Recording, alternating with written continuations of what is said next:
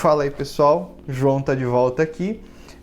Primeiramente, obrigado por estar assistindo esse vídeo. Acho que vocês acabaram percebendo, né? Mas nós fizemos toda uma mudança no nosso canal. Agora ele chama Refúgio Codes. E o que muda no final das contas apenas é um nome. Porque a gente quer manter a qualidade dos nossos vídeos, melhor, a gente quer melhorar os vídeos do que a gente já tinha antes. Então, tudo que eu prometi anteriormente para vocês, eu vou cumprir. Então, todas as sugestões que vocês deram nos vídeos passados, elas vão acontecer. A gente vai terminar esse aplicativo de beber água. Então, eu gostaria do apoio de vocês. Se vocês estão curtindo, se vocês gostaram do trabalho que a gente fez aqui e quer que a gente continue, deixa um comentário. Sempre é muito importante, incentiva muito a gente a continuar. Na verdade, os comentários é o que mais incentiva, né? O pessoal tá sempre elogiando, dando sugestões, isso é muito bacana e nos motiva muito a continuar o trabalho que a gente está fazendo de forma gratuita aqui e com o máximo de qualidade possível, né? Eu sempre gosto de trazer uma abordagem nos vídeos que mostra o passo a passo de tudo. Então, se eu tenho dificuldades durante a gravação de vídeos, eu faço questão de parar e mostrar para vocês que o mundo real, o mundo quando a gente trabalha, ele tem mesmo dificuldades. E acontecem erros que a gente não espera a todo momento e a gente vai corrigindo aqui juntos. Então eu tento trazer como que o mundo real funciona aqui para dentro dos nossos vídeos quando eu mostro algum tutorial para vocês. Belezinha? Então nesse vídeo aqui a gente vai continuar o último vídeo que eu tinha sugerido da gente fazer a persistência dos dados do dispositivo. Então é isso, a gente vai fazer o seguinte, que quando você fechar o seu app de novo, a sua meta de água gasta vai estar salva no seu dispositivo. Então, para não perder os próximos vídeos e assistir essa série do início ao fim, por favor, se inscreva no canal, ative o sininho, faça todo o pacote do YouTube aí, dê o seu joinha também, deixe um comentário. Se você não gostar, por favor, deixe um comentário também e bora pro vídeo.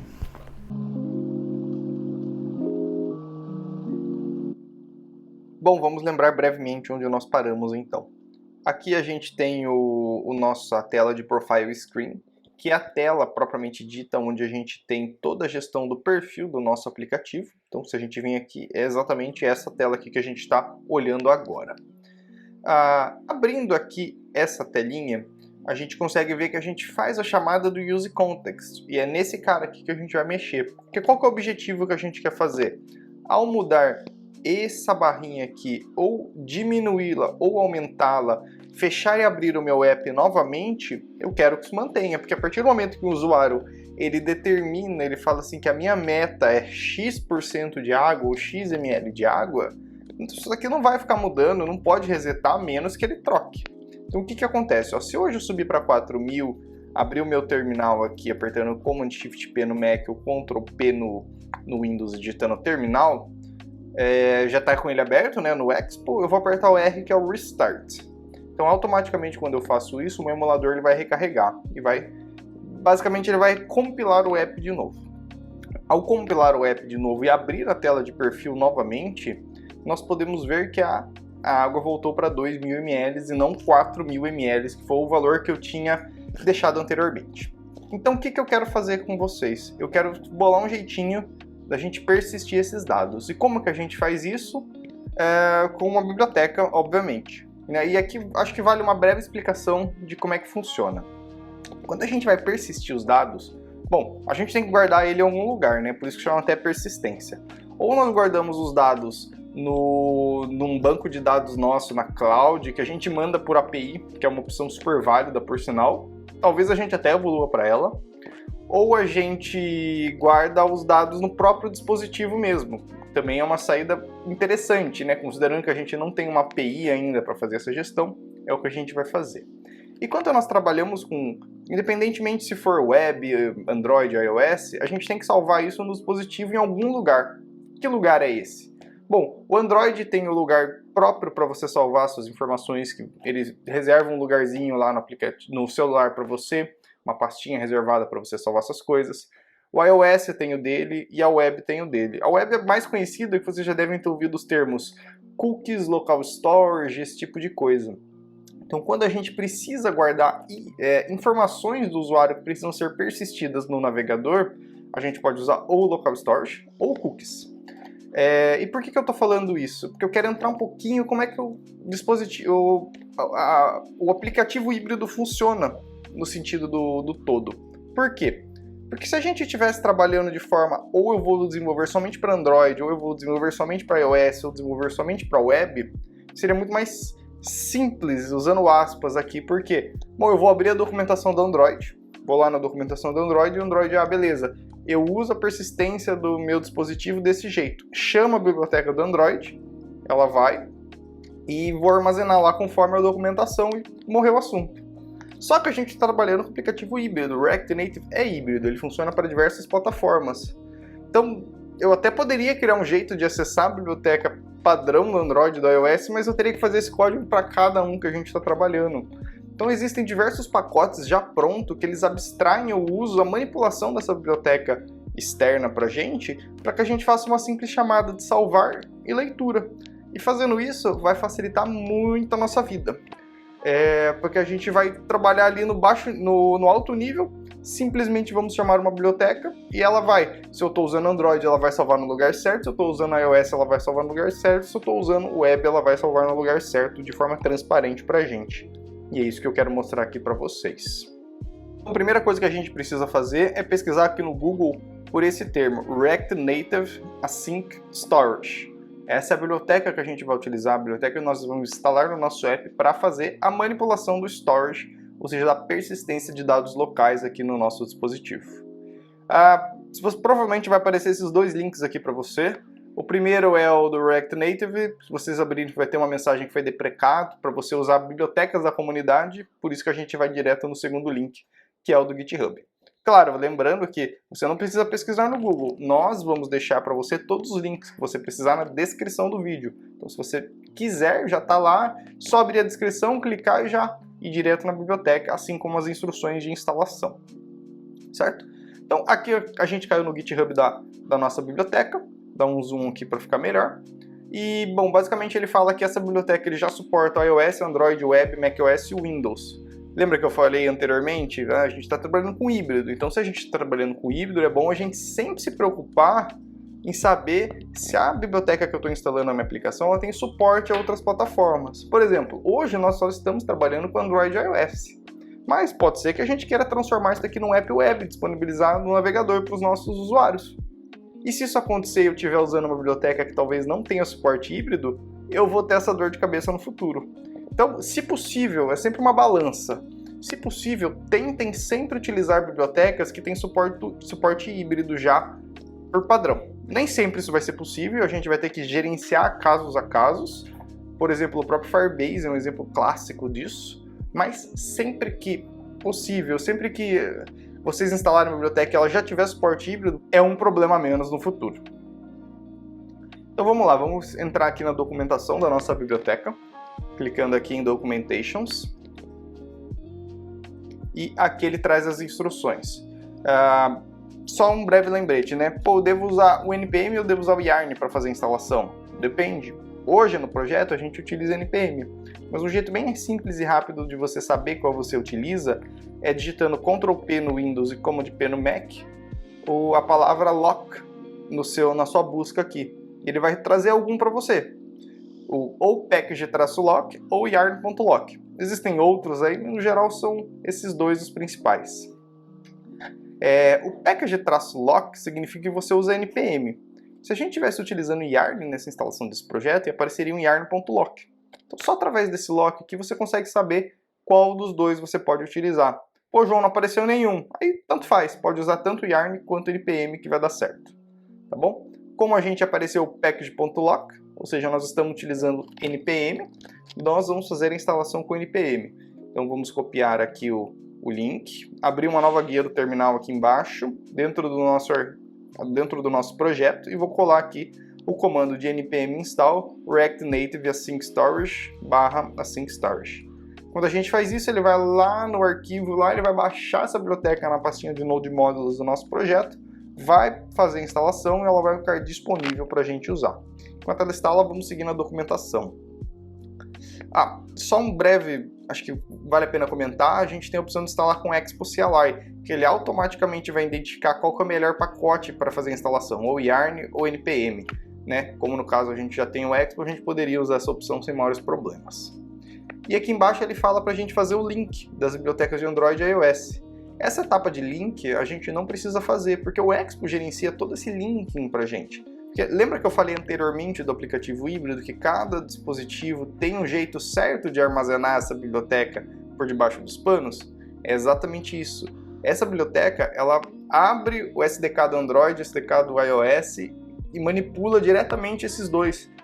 E por isso que tem que fazer esse link. Só que como a gente já usa o Expo é todo preparado para isso, ele faz esse link automaticamente para a gente não precisa fazer nada. Então essa etapa a gente pode simplesmente pular. Continuando aqui, indo para a próxima etapa, clicando em Usage, né, seguindo aqui a nossa documentação, ele já mostra como utiliza. Vamos passar rapidinho aqui só para mostrar para vocês e a gente já vai lá para o código. Então basicamente é muito simples. A gente vai fazer o import da biblioteca lá no topo do nosso arquivo, usando o Async Storage.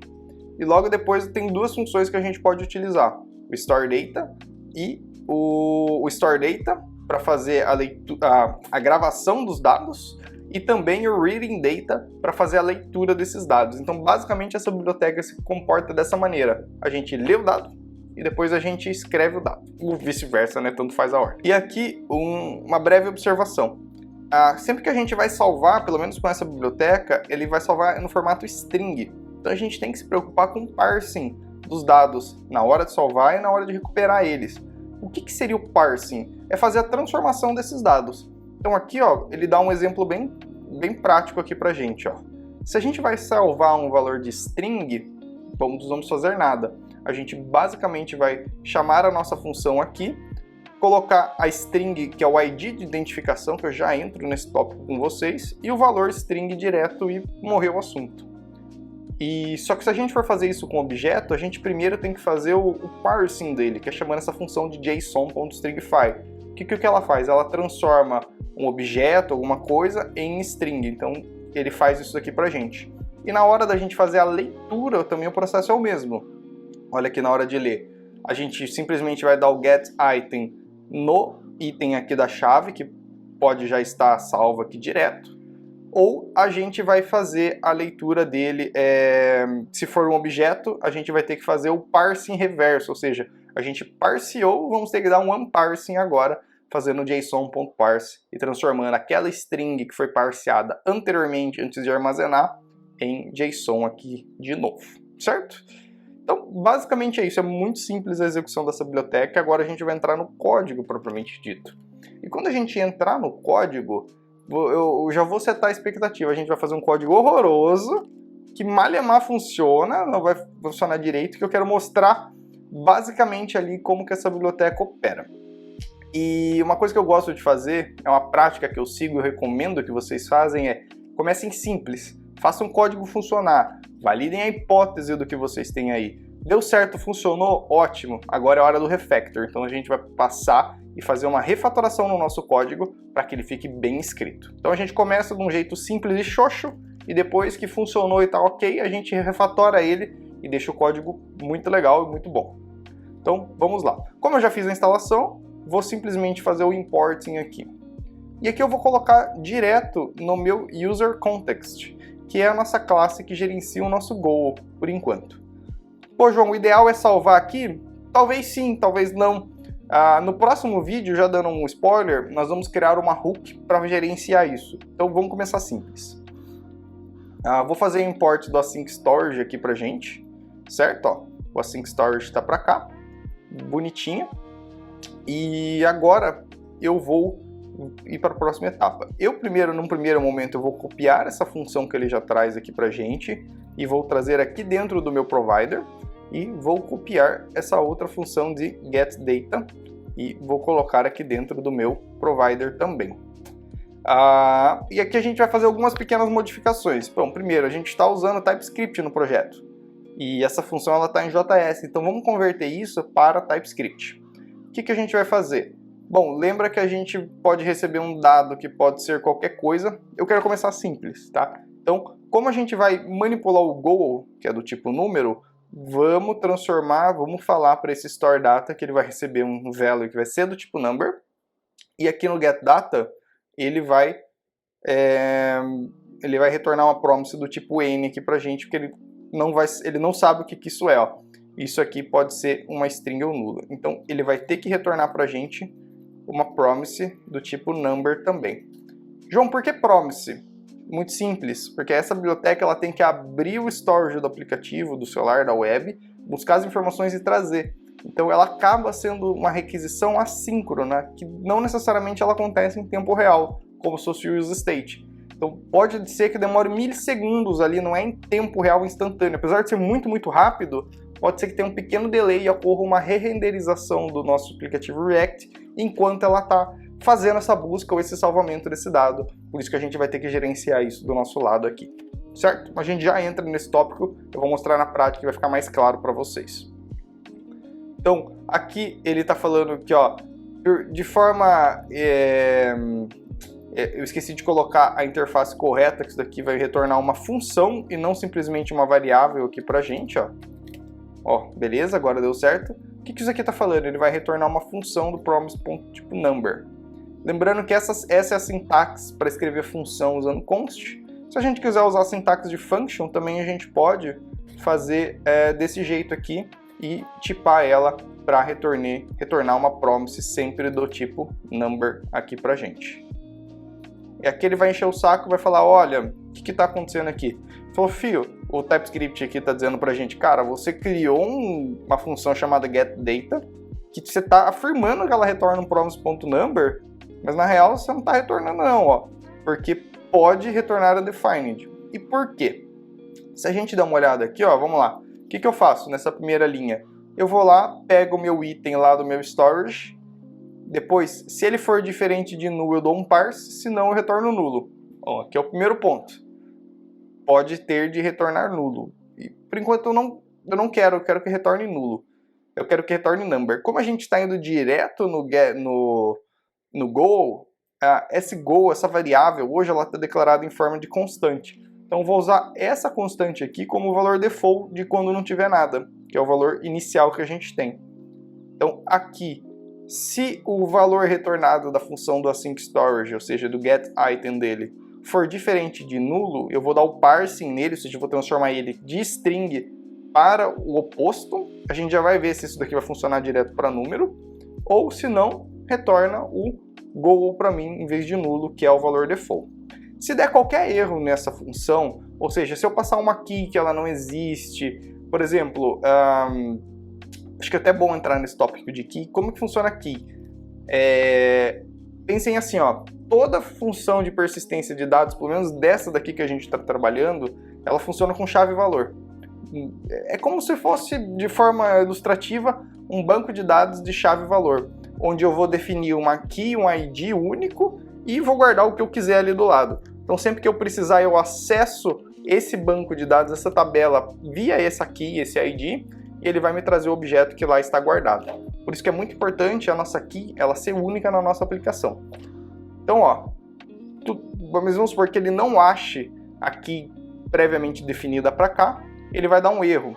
Então, só para a gente poder ver esse caso, eu vou dar um console error aqui para a gente, onde eu vou falar, ó, error reading value, e vou passar o error aqui para a gente conseguir enxergar também. Só que eu ainda quero que mesmo que dê erro, retorne o valor default, independente do motivo. Se der algum probleminha, se eu não achar a chave, ou se, sei lá, dá problema no parsing, pelo menos retorne para o usuário o valor default, que é o valor de meta que a gente definiu lá em cima, usando essa sintaxe. E automaticamente, quando a gente faz isso, o nosso erro de TypeScript ele já some. Certo? E aqui é a mesma coisa, ó. O que acontece? O storeData, eu poderia tratar ele para salvar o valor default, mas nesse caso aqui eu não vou mexer. Então eu só vou dar um console.error aqui pra gente por enquanto, e caso aconteça algum problema a gente vai analisar os logs e remediar aqui posteriormente, certo? Então eu já tenho minhas duas funções já definidas, a função que salva e a função que faz a leitura, lembrando que elas são do tipo promises. Então eu quero fazer um teste bem simples para ver se isso está funcionando, lembra sempre do que eu falo, começa simples, faz funcionar e depois refatório e deixa o código bonito, certo? Então, hoje essa minha interface, ela provê pra gente, ó, no meu contexto de usuário aqui, ó, o usuário, um goal, que é uma meta, e o set goal, que é a manipulação direta do meu use state. Então, para começar, eu vou disponibilizar aqui pra gente as duas funções que a gente fez. A primeira é a getData, que ela vai retornar uma promise do tipo number pra gente, E a segunda é a store data, que ela vai receber um number e retornar uma promise de void, ou seja, não retorna nada. Simplesmente void significa nada. Beleza. Aqui a gente vai ter que declarar os valores iniciais dela. Lembrando que esse caso específico do contexto é um caso muito difícil de acontecer, de cair aqui. Por isso que eu acabo colocando, às vezes, uma função que não faz nada. Porque isso daqui só acontece quando a aplicação está iniciando. Então, a chance de cair nessas variáveis de contexto, enquanto ela está sendo iniciada, ela é tão pequenininha que, por hora, dada a aplicação que a gente tem, não compensa a gente tratar isso agora. Então, a gente pode simplesmente, para ele fazer uma... Tipo assim, isso aqui não acontece muita coisa aqui, Quando a gente chama um promise pronto resolve, se eu chamar a função getData enquanto a minha aplicação está iniciando, lembrando que é difícil disso acontecer, ele vai simplesmente retornar para mim o goal aqui do usuário. Uma promise.resolve é uma simulação de promise, só para a gente fazer o mocking, o inicial aqui da nossa função. Isso aqui é um fallback do fallback, tá, gente? A gente tem que colocar, porque um contexto ele não pode iniciar vazio por padrão, por isso que a gente faz isso. Mas esse cenário aqui é muito difícil de acontecer. E aqui agora ele vai me encher o saco, né? Porque se eu declarei na interface lá em cima que o meu contexto tem que retornar essas variáveis, automaticamente ele vai falar aqui, a propriedade... ele está dizendo aqui que as propriedades que a gente definiu está faltando aqui no retorno do meu contexto. Então vai ser o getData e o storeData. Quando eu salvar aqui, beleza, já vai estar disponível. Ou seja, todo mundo que está abaixo desse meu contexto vai ter acesso a essas duas funções que eu criei. Então, vamos agora abrir a nossa tela de Profile Screen. E aqui, no meu contexto, que é onde eu faço a busca desses dados, se eu passar uma vírgula e apertar Ctrl espaço, ele vai trazer para mim o autocomplete. Como a gente usa TypeScript, a gente tem essa grande vantagem. Então é o getData e o storeData, as duas funções que a gente acabou disponibilizando. E aqui tem o nosso goal e o setGoal. Então vamos fazer do jeito mais simples possível, a gente ver se isso está funcionando. O que eu defini aqui para ele? Só lembrando rapidinho. Que a minha chave chama myKey, depois a gente vai mudar. E o valor inicial dele, se não tiver nada, ele tem que trazer o goal aqui para mim. Então vamos fazer o seguinte, Vamos pegar aqui, dar um getData aqui embaixo do nome mesmo, vou copiar esse text para cá, abrir o meu perfilzinho aqui, então logo abaixo do meu nome tem que aparecer o meu goal aqui, que vai ser o meu getData função. Vamos salvar e obviamente isso daqui não vai funcionar. Por que isso daqui não vai funcionar? Porque isso daqui é uma promise. Lembra que eu falei? Sempre que eu tenho que buscar as informações na minha persistência de dados, eu vou ter que ir lá no meu banco, que ele tem um banco interno, busco a informação e trago. Isso pode demorar alguns milissegundos, né? Não é instantâneo. Pode ser que na renderização que eu esteja agora, esse dado não esteja pronto, talvez só na próxima renderização. Então, por isso que esse dado não está disponível a todo momento ali para ser utilizado. E a gente tem que fazer como se fosse uma promise para isso trazer. Então, basicamente, o que eu vou fazer aqui? Eu vou colocar um useEffect. useEffect ele vai fazer essa chamada aqui para a gente, e vou criar um useState local só para a gente brincar rapidinho. Vai ser do tipo number e vai iniciar com um valor de 999 só para a gente ver o efeito, tá? Então, vou tirar esse daqui rapidinho e aqui eu vou substituir isso aqui por local. Vamos abrir o nosso perfil aqui, beleza, então já está trazendo o meu local que eu defini por 9999. Só que o que eu quero? Eu quero trazer o que está armazenado lá no meu storage.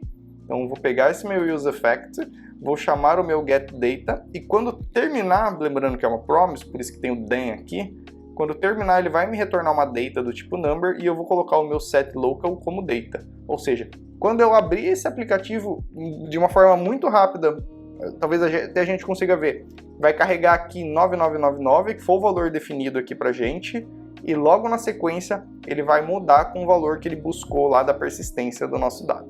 Então vamos salvar aqui para ver o que acontece. Já trocou para 2000, tá vendo? Vamos fazer um reload aqui para a gente ver se a gente consegue simular o 999 aparecer. Vou abrir a tela de perfil. Não deu para ver, mas acreditem em mim, isso aconteceu ali de uma forma muito rápida. Beleza? Então, ó, beleza, aqui já está funcionando. Vamos fazer agora uma função para a gente alterar esse dado e ver se realmente tá funcionando isso aqui. Então, o que eu vou fazer? Ó, vou criar um botãozinho aqui, button, no meu native base, onde vai mudar meta. E sempre que esse botão for clicado, o que eu vou fazer? Eu quero chamar a minha store data e eu quero passar um valor novo. Vamos deixar um valor simples agora, vamos por 100, certo? Ó, mudar meta 100. Então o que vai acontecer? Quando eu clicar nesse botão, esse valor aqui tem que ser alterado para 100. Por quê? Porque a nossa função de store data vai mudar o valor e a de get data vai receber o valor. Faz todo sentido do mundo, não faz? Vamos ver o que vai acontecer? Nada. Vocês sabem me dizer por que quando eu cliquei nesse botão não aconteceu nada?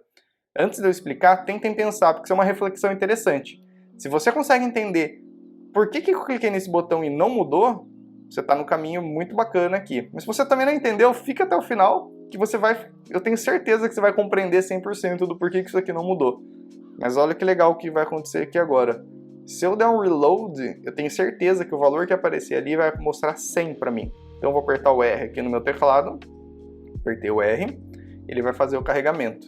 E olha o valor que vai aparecer aqui na tela de perfil pra gente, o 100. Ou seja, a nossa persistência de dados ela está funcionando, ela só não está alterando em tempo real as coisas. Por quê? Porque o meu getData ele está condicionado só no mounting, ou seja, na hora que essa tela ela é aberta e nunca mais esse valor é atualizado. Por isso que quando eu chamei o store data ele realmente mudou.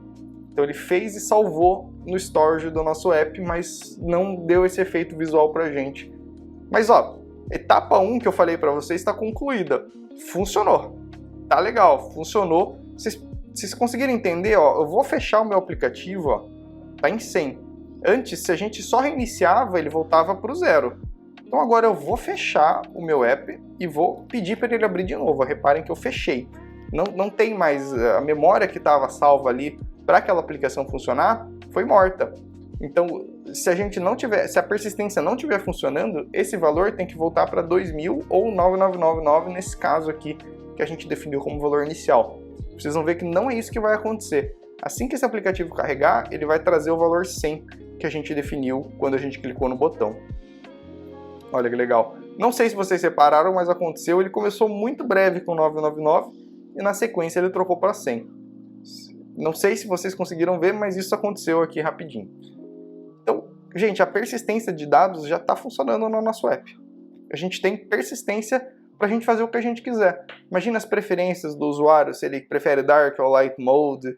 Deixa eu pensar o que mais que a gente pode salvar aqui de informação. Os próprios dados do user, que hoje está mocado o meu nome, dá para a gente salvar.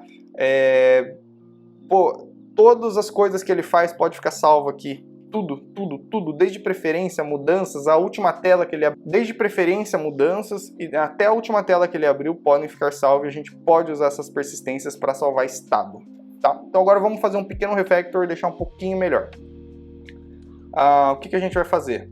Bom, eu não quero ter que gerenciar esse getData em todos os locais. Pô, imagine toda a tela que eu tiver que mexer com storage e eu ter que ficar gerenciando isso aqui. Então, é inviável, né? Mas vamos lá. Eu vou tirar esse useEffect daqui e vamos fazer o seguinte. Agora nós vamos bolar uma estratégia. O que acontece, ó? Se eu só chamar o setGoal, que é a minha função aqui embaixo do onChange, essa função setGoal por padrão, ela não vai mudar para a gente ela não vai persistir os dados, porque ela é um useState no final do dia, né? Então, o que eu vou fazer? Eu vou bolar uma estratégiazinha aqui para evitar que eu mesmo cometa um erro. Ó, tentem pegar comigo a ideia. Eu preciso, em vez de chamar o setGoal nos meus componentes filhos, ou seja, quem não é o contexto, eu preciso chamar a variável de storeData. Então, o que eu vou fazer? Ó, primeiramente, eu vou remover o setGoal da minha interface. Ó, removido o setGoal. Ou seja, o setGoal ele ficou único e exclusivamente dentro do contexto. E ninguém fora desse contexto tem acesso a mais essa variável. Se a gente voltar para a tela de Profile Screen, vocês vão ver que vai estar dando erro aqui, ó. Vai falar, cara, a propriedade setGoal não existe nesse contexto. Você não consegue abrir ela. E é proposital que a gente faça isso. pensem o seguinte, hoje a gente está no aplicativo muito simples que tem uma tela e essa variável está sendo usada em só um lugar. E se eu precisasse fazer um refactor que incluísse várias telas diferentes? Eu tenho que usar o poder do TypeScript para ele me ajudar a saber aonde eu tenho que mexer. Então, se eu removo daquela interface, todo mundo que faz inferência ou tem uso direto dessa setGo, ou que está fora do contexto, vai alertar aqui para a gente e vai dar erro no console, a gente consegue saber exatamente todos os pontos de refactor que a gente tem que fazer no nosso app. Então essa estratégia é muito legal para você fazer grandes refactors. Então vamos lá. Então, em vez de eu fazer o meu setGo, eu quero disponibilizar o store data que já está disponibilizado. Então, em vez de setGo, eu vou trocar por store data aqui. Vou tirar esse botão, tá? Não vamos mais precisar dele. Esse texto aqui eu vou comentar ele por enquanto.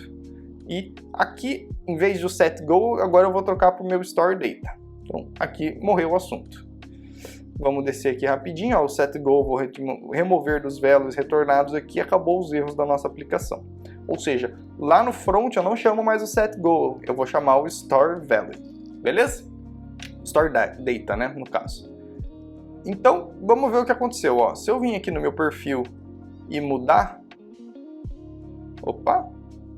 Não está acontecendo nada. Por quê?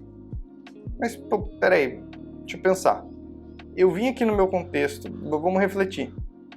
Eu vim aqui no meu contexto e eu troquei de Store Data. A gente acabou de fazer um botão que se eu clico no Store Data, ele muda o valor.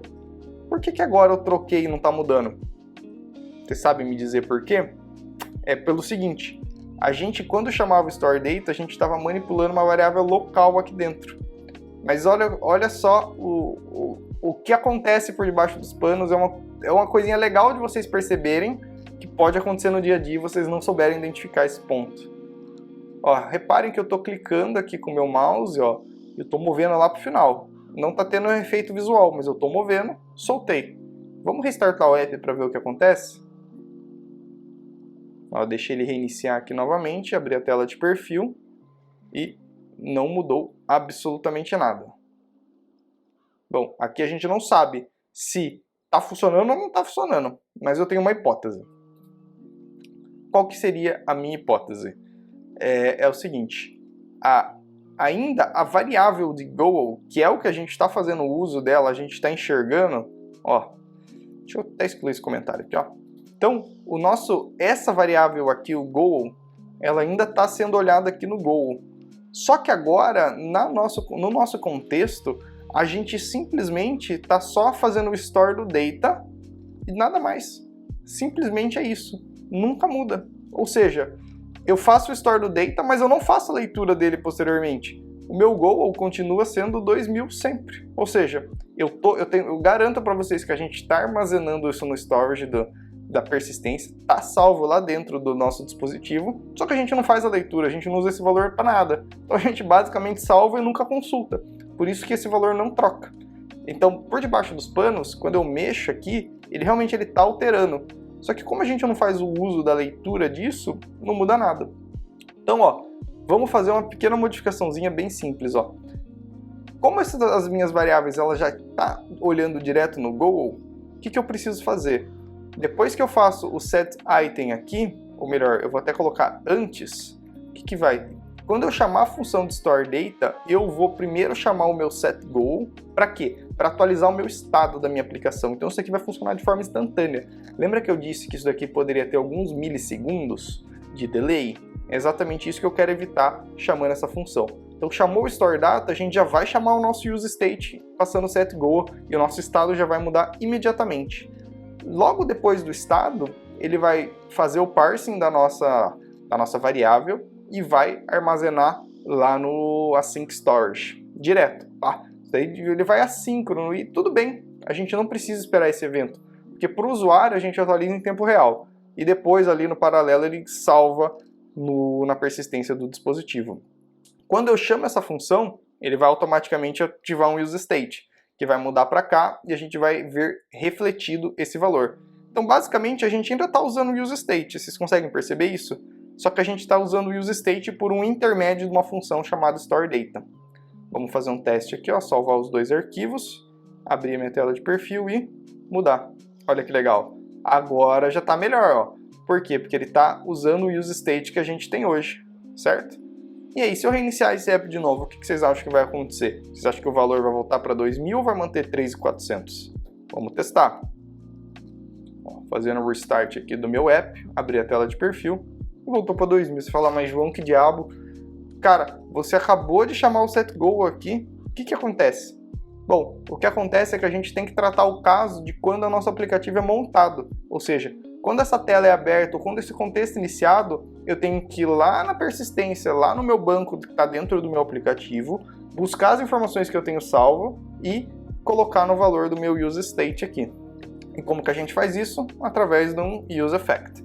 Ó, então eu vou criar esse use effect aqui e vamos fazer o seguinte, ó, é isso aqui mesmo. Ó. Sempre que esse use effect for montado, quando que ele vai ser montado? Quando esse contexto for iniciado. Quando que esse contexto é iniciado, como ele está declarado aqui no app.sx, é quando a aplicação starta. Ou seja, a aplicação abriu, o contexto vai iniciar. Quando o contexto iniciar, ele vai ir e buscar todas as informações que estão salvas no meu storage e depois salvar no nosso goal. Ou seja, essa variável default aqui, isso aqui vai acontecer antes do usuário conseguir enxergar que ela realmente mudou. Agora, se eu vier no meu perfil, ó, vai ter o último valor que a gente salvou. Vamos fazer um teste, ó. Vamos colocar em 400 e reiniciar o nosso app agora. Deixa eu vir aqui, perfil. Aí, ó, nossa variável está salva ainda. Show de bola. Cara, a persistência está funcionando. Vamos revisar rapidinho o que a gente fez. A gente criou um método para fazer a inserção dos dados no primeiro momento, ou seja, quando abre o meu contexto, quando o app é aberto, ele vai até o banco, puxa as informações e salva, e define o valor original, que é a primeira parte. Depois a gente criou uma função de salvamento de dados, onde a gente tirou o setGoal para, em vez de manipular diretamente o setGoal, que é um use state, a gente deixou somente uma função disponível e essa função ficou responsável por chamar o setGoal. Isso aqui é um princípio que chama princípio da responsabilidade única. Pensem assim, ó, no meu app inteiro não tem como eu chamar setGoal. Então a única pessoa responsável por saber quando vai mudar o estado vira essa função. Então imagine que eu tivesse setGoals em 37 arquivos diferentes. Ou eu ia ter que fazer esse use effect e essa função em 37 arquivos diferentes. Desse jeito, a gente concentra a responsabilidade de manipulação do meu store data dentro do meu contexto e, subsequente, a gente cria uma responsabilidade única. Então, a única arquivo responsável por manipular o setGoal é esse cara e eu tenho que chamar a partir dele, não tem como errar. Tem que ser aqui, senão não muda o estado. Fica de um jeito implícito, bem melhor. E depois a função de getData, que ele vai lá e faz o parsing e traz o dado pra gente. Certo? Gente, isso aqui já está funcionando, só que qual o problema que tem aqui? Bom, se a gente quiser persistir os dados do user... Não, vamos lá. Antes disso, eu acho que eu tenho um outro ponto. Aqui hoje chama MyKey, ou seja, dentro do meu banco de dados interno do meu aplicativo, tem uma chave chamada MyKey onde eu estou guardando esses dados. E ela é muito importante que ela seja única, porque senão a gente pode salvar informações divergentes ou buscar informações que a gente não queira. Se eu só deixar aqui MyKey, tá certo, mas o legal é a gente colocar um identificador, né, para saber que isso daqui é o goal. Beleza? Isso aqui funciona, tá? Ó, só um breve detalhe. Antes estava MyKey, salvo um valor que eu não lembro qual que era. Se eu vir em perfil agora, o que vai acontecer? Ainda está em 400, porque acho que ele já tinha salvo, ó, mas vamos reiniciar o app para ver o que acontece. Tá, manteve em 400, não tem problema. Vamos deixar assim por enquanto. Provavelmente esse estado rodou em algum momento aqui e fez essa atualização. Mas qual que é o ponto? Agora é uma boa prática. Vocês estão vendo que eu estou repetindo a string de Go aqui e a string de MyKey? Ó, tá diferente, ó. Ó, entendi. Por que o valor está retornando 400? Porque eu só... Puta, exatamente, eu acabei de cometer o problema que eu gostaria de mostrar para vocês como arrumar. Eu só mudei a chave do setGoal, do store data. E eu não mudei a chave do getData. Ou seja, eu tô lendo uma variável antiga, ou seja, eu tô salvando uma variável nova, mas a que eu tô lendo é antiga. Ou seja, ó, Se eu mexer esse daqui, ele vai salvar no goal, no key goal. Só que na hora de eu recuperar o dado, ele vai puxar do my key. Ou seja, aqui provavelmente vai retornar em 400, mesmo eu tendo mudado para 3.500, ó. Vamos reiniciar o nosso aplicativo. Abrir o meu perfil, 400. Por quê? Para o mesmo item, para a mesma informação, eu estou usando chaves divergentes. Então, sem querer, eu consegui mostrar o problema que eu ia instruir vocês. Sempre que a gente trabalha com chaves, não é legal a gente colocar ela direto. Então, o que a gente pode fazer? Ó? A gente pode criar um store key, chamar ele de go.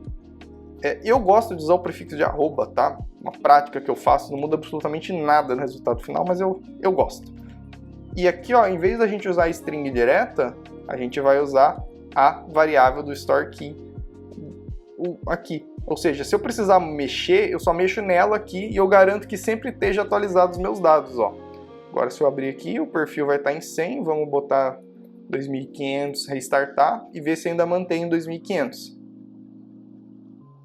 Manteve, ou seja, a minha store key ficou salva numa constante e agora eu só mudo o valor variável da constante. Não preciso me preocupar de mudar em todos os lugares. Ou seja, quanto menos código a gente tiver que ficar reescrevendo, melhor. Isso aqui é uma outra boa prática muito importante da gente ter. E eu acho que é isso aqui para esse vídeo, mas espera aí que tem uma coisinha muito importante que eu vou contar para vocês. Bom, nós acabamos de finalizar esse primeiro vídeo e a gente fez de um jeito, eu uso bastante esse termo, um jeito burrinho de fazer isso daqui. Vocês viram que a gente criou um store data e um get data. Ou seja, se eu quisesse fazer a persistência dos dados do meu usuário, eu ia ter que duplicar essa função e criar um store data user, get data user, e o meu app ele começaria a crescer de uma forma muito grande, muito difícil da gente gerenciar, e a gente já perdeu o princípio de responsabilidade única. Então, mas é o que eu sempre digo, vamos começar simples, fazer funcionar, nossa persistência está funcionando, a gente pode abrir e fechar o app, que os dados vão estar persistidos lá, isso aqui já está ok, está muito show, e a gente consegue seguir pelo menos com Go com isso. No próximo vídeo, o que eu vou fazer? Eu vou propor a criação de uma hook personalizada para a gente fazer esse gerenciamento. Acho que eu vou chamar ela de Use Local State ou Use Local Storage, eu não sei ainda o nome. E o que essa hook vai fazer? A gente vai substituir o uso do Use State para essa hook. Então a minha ideia é que a gente reaproveite toda essa lógica que a gente fez de store e tudo mais e coloque numa hook personalizada para que, se a gente quiser persistir aquele estado, a gente simplesmente vai mudar a declaração de useState para essa nova hook e automaticamente os dados serão permitidos de uma forma muito, muito legal. Vocês vão ver que vai ficar muito show de bola, vai ficar muito, muito, muito fácil a gente persistir estado no nosso app. Esse primeiro vídeo ele serve para eu explicar para vocês o que é o storage, como funciona e vocês entenderem a essência, que é muito importante entender como isso funciona. No próximo vídeo eu vou te mostrar como que a gente vai fazer a otimização desse estado para que a gente consiga reaproveitar toda essa lógica de uma forma muito simples e muito fácil, mantendo os princípios das boas práticas de software e responsabilidade única. Vocês vão ver que vai ficar muito show de bola o resultado. Então, se você gostou da nossa volta aqui, que a gente está um tempinho sem gravar vídeos, continue, dê um joinha no nosso vídeo, comente, coloque sugestões, eu prometo que eu vou fazer todas as sugestões que vocês colocaram nos vídeos anteriores e nesses aqui também. E esse app ele vai até o momento da gente subir na loja, vai ser de ponta a ponta com tudo que vocês sugerirem. Certinho, pessoal? Então, muito obrigado aí pela audiência, obrigado por manter aqui conosco e até o próximo vídeo.